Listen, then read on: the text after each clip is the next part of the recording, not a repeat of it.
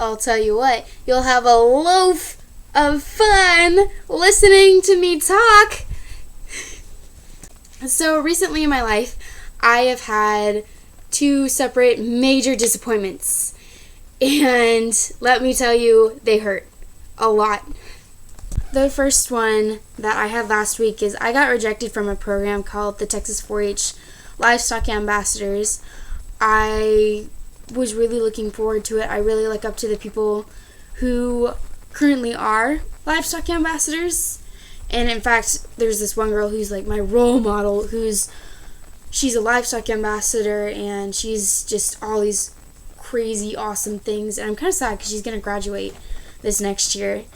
And basically, anyway, I really, really wanted this, and I took so much time in the application, and I proofread and sent it to different people, and I thought, I'm gonna rock this, and I didn't get in, and it was pretty disappointing and disheartening for me.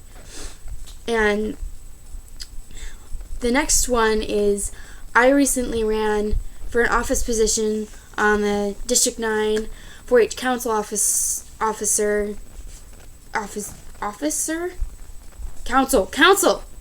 District Council. I recently ran for an office on council, District Council for 4-H, and I didn't get in. And let me tell you, I campaigned my heart out, and it's kind of fresh because it happened today that I didn't get elected.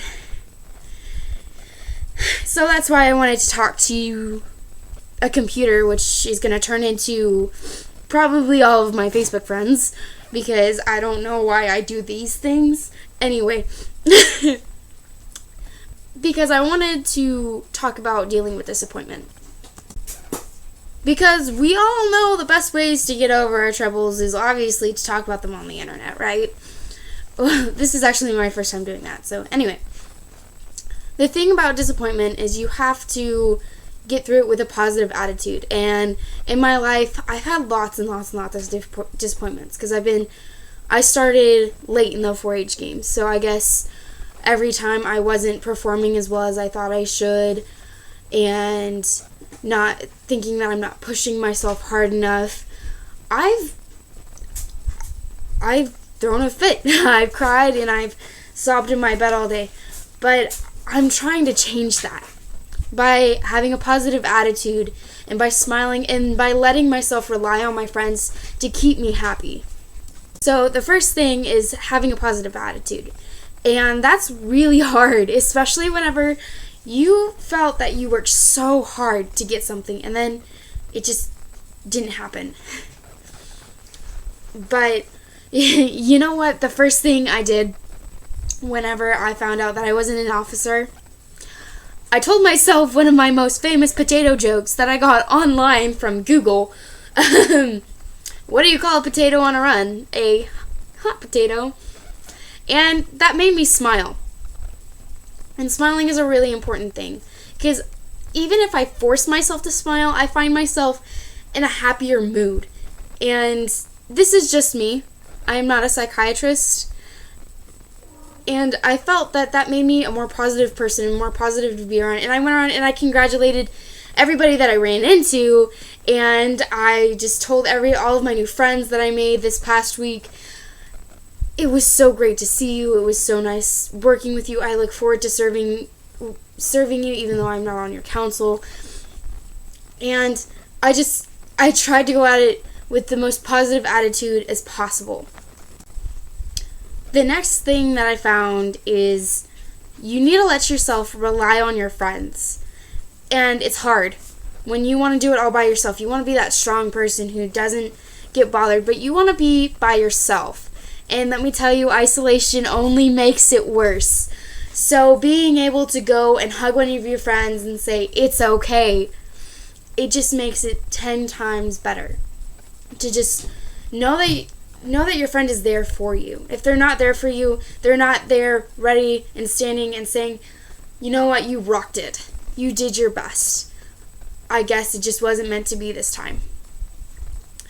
And I really appreciate that. Like, after I found out, I went around and congratulated everybody, but all of my friends, they, for example, this guy from Brazos County, I'm not going to say his name because of internet stuff, but if you're watching this, hi, I don't even think I'm Facebook friends with you, but we need to be, because you're an amazing person, and you know who you are, because this guy, he's from Brazos County, and he said, Killian, you know, my county, we thought you were amazing, and we wanted to support you. Something along the lines. Not like the entire thing, and I'm not like saying like Brazos County thinks I'm amazing, but still. They said, we thought you performed well, and we wanted to support you, and you're coming back next year, because you're gonna get it. And it was along these lines. This is what I got out of it. If you said something completely different, well then I took it the wrong way. Anyways, you need to let yourself rely on your friends, whether or not you've known them your entire life or you've known them for a while and just sort of only learned their name that week. It doesn't matter. Let yourself rely on them. And the last thing that I forgot to mention at the beginning is you need to rely on God. If you're an atheist, sorry, click away, because I recently have been relying a whole lot more on God and a whole lot more on my faith and everything, because I know no matter how hard you work for something, if it wasn't meant to be, it didn't. If it wasn't supposed to happen at that time, it's not going to happen. Now, that is no excuse to not work hard, because if you don't work hard, it's never going to happen. So if you work hard and it doesn't happen, well, you can just say, that's just God telling me to work harder. So don't take disappointment as something that is going to hold you back and make you want to quit and not do it ever again, because it's something that can empower you and strengthen you and take you to the next level. Because let me tell you, with every single disappointment I've had, I've gotten more and more of an edge. And now I know that next year I'm going to rock it and I'm going to do amazing. And if I don't, well then, oh well, there's always the year after that. And hopefully I'll be able to do my very, very best at every single thing that I do.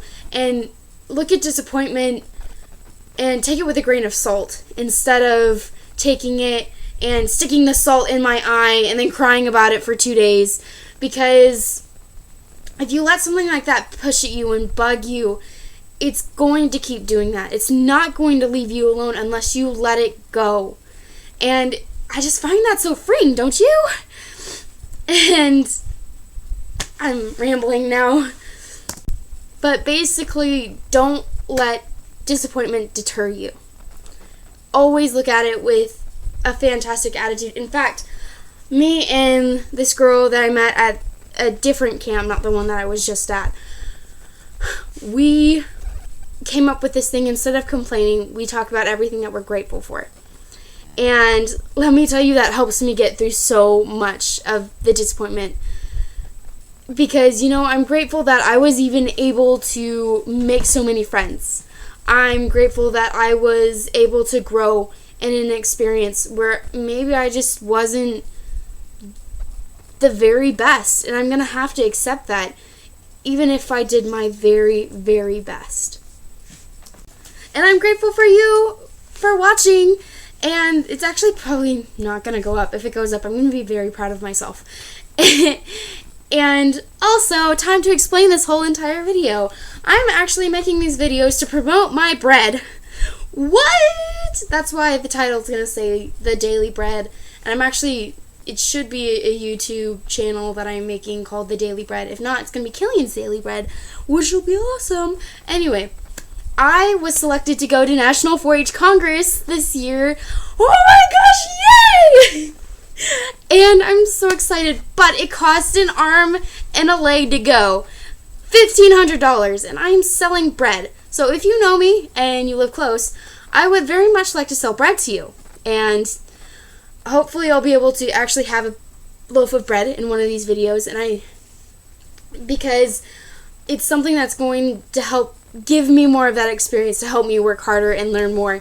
And I have quite a few different topics that I want to talk about. I want to talk about regret. I want to talk about respect. I want to talk about all sorts of different things. So this isn't probably going to be a daily basis thing. This probably actually isn't going to happen again.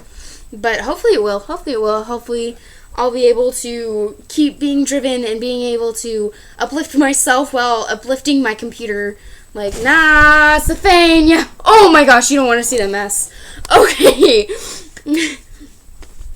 Anyways, if you want to buy some bread, hit me up. Email will be down below. Or hit me up on Facebook, because this is going to my Facebook friends. And also, if you know any local businesses that might be willing to donate to help me get to National 4-H Congress, I will shout them out on my videos, and I will share the crap out of it and thank them so much and write them a long, heartfelt letter about how much I appreciate them in the Willis, Conroe, New Waverly, Huntsville, Texas area. Either have them hit me up or hit me up. Either have them contact me or give me their contact information if you know that they'll be willing, because I will be extra super appreciative of it, and there's nothing better than gratitude, guys. So this has been the Daily Bread. Hopefully it ends up being something that I keep doing and that I'm going to maybe script out instead of just talk about whatever pops in my head. I've been thinking about this since I got into the car to leave the campus that we were at for, why am I avoiding saying the name? It was District 9 Leadership Adventure that we were at. It was friggin' awesome. If you're in District 9 4-H and you didn't go and you're senior age, you need to go next year, because we have an amazing program. And if there's any sort of copyright in there, 4-H, I am sorry, but I'm talking you up, okay? I love you, 4-H. Yes. Okay. I'm rambling now, so I better go. This is a super friggin' long video, and you can laugh at my awkwardness. Okay, bye.